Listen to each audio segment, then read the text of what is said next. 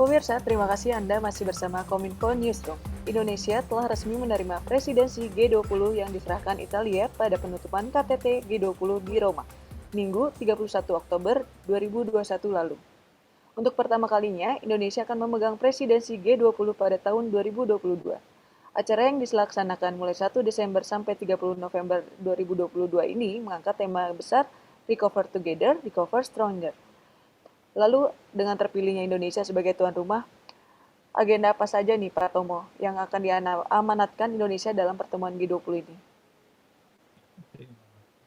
Kita tahu banyak agenda yang memang menjadi prioritas pemerintah, terutama tadi tiga sektor utama yang saya sebutkan di awal, bahwa yang pertama tentu terkait dengan bagaimana kita menciptakan ekonomi hijau terkait dengan pencegahan perubahan iklim ya. Jadi kita ingin memastikan bahwa Indonesia menjadi garda terdepan untuk memimpin dunia, bahwa pengurangan gas karbon sudah sangat mutlak dilakukan. Terutama kita melihat di seluruh belahan dunia banyak terjadi bencana alam yang terkait dengan perubahan iklim, mulai dari banjir, tanah longsor, dan badai. Nah, ini tentu menjadi hal penting. Nah, Indonesia kembali menegaskan bahwa terutama terkait dengan perubahan iklim ini, Indonesia berkomitmen yang pertama adalah mulai melakukan restorasi lahan gambut ya, terkait dengan isu-isu di banned-nya produk-produk kelapa sawit kita. Nah, ini pemerintah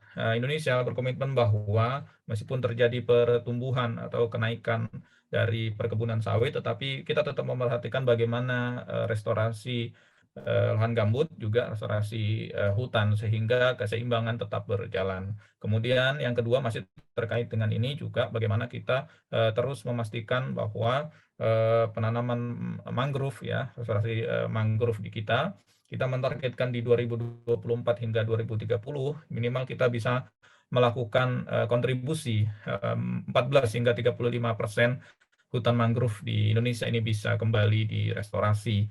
Nah, kita sudah mulai berjalan, ini mudah-mudahan menjadi satu langkah penting ingin memastikan kepada dunia atau menunjukkan kepada dunia melalui keketuaan G20 ini yang insya Allah akan mulai berlangsung di 1 Desember 2021 tahun ini dan akan berakhir di November 2022 mendatang. Kemudian di sektor berikutnya adalah bagaimana kita memastikan Indonesia juga ingin memperlihatkan kepada dunia bahwa kita bisa menjadi leadership terkait dengan transformasi digital, terutama akibat dari dampak pandemi COVID-19 yang terus menggerogoti semua sektor, tidak terkecuali negara-negara besar juga sangat terpukul akibat pandemi COVID-19. Satu jalan yang paling bisa dilakukan untuk mengantisipasi itu adalah bagaimana melakukan transformasi digital di semua sektor. Indonesia sudah memperlihatkan itu kepada dunia terkait dengan ketahanan ekonomi kita ya, bagaimana masyarakat kita begitu siap setelah dampak pandemi ini menghantam kita semua, ternyata kita masih bisa melakukan sejumlah kegiatan ekonomi yang cukup masif melalui berbagai kanal-kanal digital ya. Startup kita mulai dari beberapa startup ini sudah tumbuh menjadi unicorn ya. Ini satu hal yang sungguh diakui oleh dunia bahwa Indonesia cukup berhasil melakukan transformasi digital. Kemudian yang berikutnya adalah ekonomi hijau, tadi juga terkait dengan transformasi digital dan terkait dengan perubahan iklim yang terus kita gemburkan, bagaimana pembangunan keberlanjutan itu sangat penting dilakukan. Nah, di bagian finance track itu juga kita tetap berpegang teguh pada keturunan dari transformasi digital. Jadi kita tetap melakukan pertumbuhan ekonomi, melakukan kegiatan ekonomi, tetapi tidak lepas dari dua hal ini. Satu adalah transformasi digital, kemudian ekonomi hijau. Nah, yang terakhir juga terkait dengan ketenagakerjaan. Kita ingin memastikan bahwa kesetaraan di dunia ketenagakerjaan bisa betul-betul terafiliasi ya, betul-betul diterapkan dengan keketuaan Indonesia ini. Kita ingin memberikan gambaran kepada dunia bahwa SDM di negara-negara berkembang dan rentan yang dipimpin oleh Indonesia ini betul-betul sangat dibutuhkan, karena tingkat keahlian SDM Indonesia dan negara-negara berkembang dan rentan ini sangat diakui oleh dunia. Nah, yang terakhir juga terkait dengan kesehatan ya, pemulihan kesehatan akibat dampak pandemi COVID-19. Melalui keketuaan G20 ini, Indonesia ingin memberikan satu tadi terkait dengan ketenagakerjaan, kesetaraan. Kita juga ingin membawa dunia ini untuk memberikan gambaran kesetaraan terkait dengan pemulihan kesehatan, terutama ketersediaan vaksin COVID-19. Jadi jangan sampai ada ketimpangan di dunia atau di negara-negara maju vaksinnya sangat berlebih, sementara di negara-negara berkembang dan rentan ini vaksinnya sangat terbatas. Bahkan banyak negara yang sangat kesulitan untuk memperoleh stok vaksin. Beruntung Indonesia menjadi satu leader di bagian ini. Kita sudah mengamankan banyak vaksin dari berbagai merek. Nah, ini menjadi satu modal positif agar negara-negara berkembang dan rentan ini bisa turut serta di belakang Indonesia agar mendesak negara-negara maju ini untuk memberikan kesetaraan terhadap akses vaksin COVID-19. Itu sejumlah topik utama ya, Mbak Oci. Nanti mungkin bisa ditambahkan Mbak Jojo, silakan. Siap, Pak. Berbicara manfaat nih, Pak Jojo. Apa manfaat besar sendiri dari G20 ini sehingga kita patut berbangga untuk menjadi kekuatan atau serta tuan rumah di presidensi G20 ini? Selain tadi Pak Thomas sudah membahas tentang unicorn ya. Silakan Pak Jojo. Ya, yang pasti sih ini adalah kesempatan kita ya sebagai negara besar, sebagai negara maju, kita sejajar dengan negara-negara yang lain.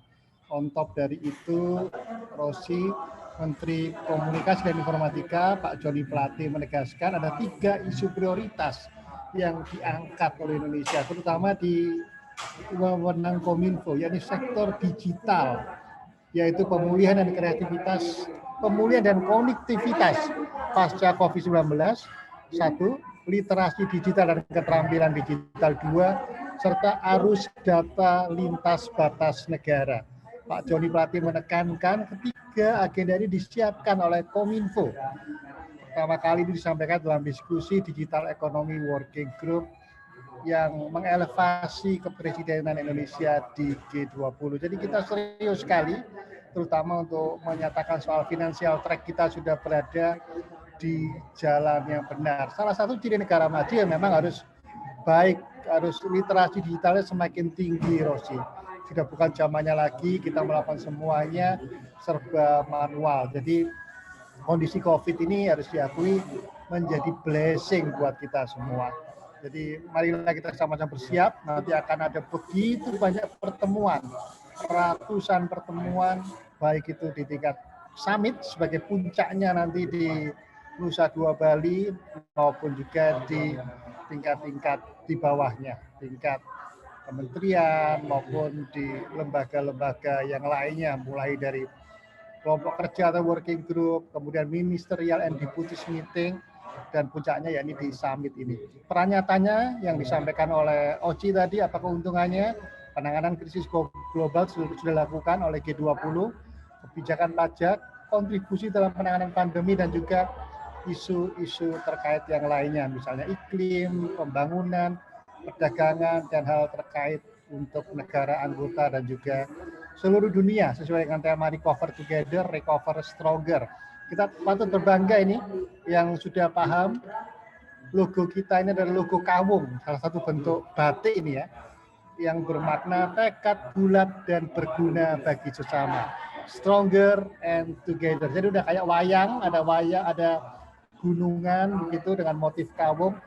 Kita perkenalkan budaya Indonesia ke dunia internasional melalui presidensi G20 yang pertama kali kita jabat ini, LG.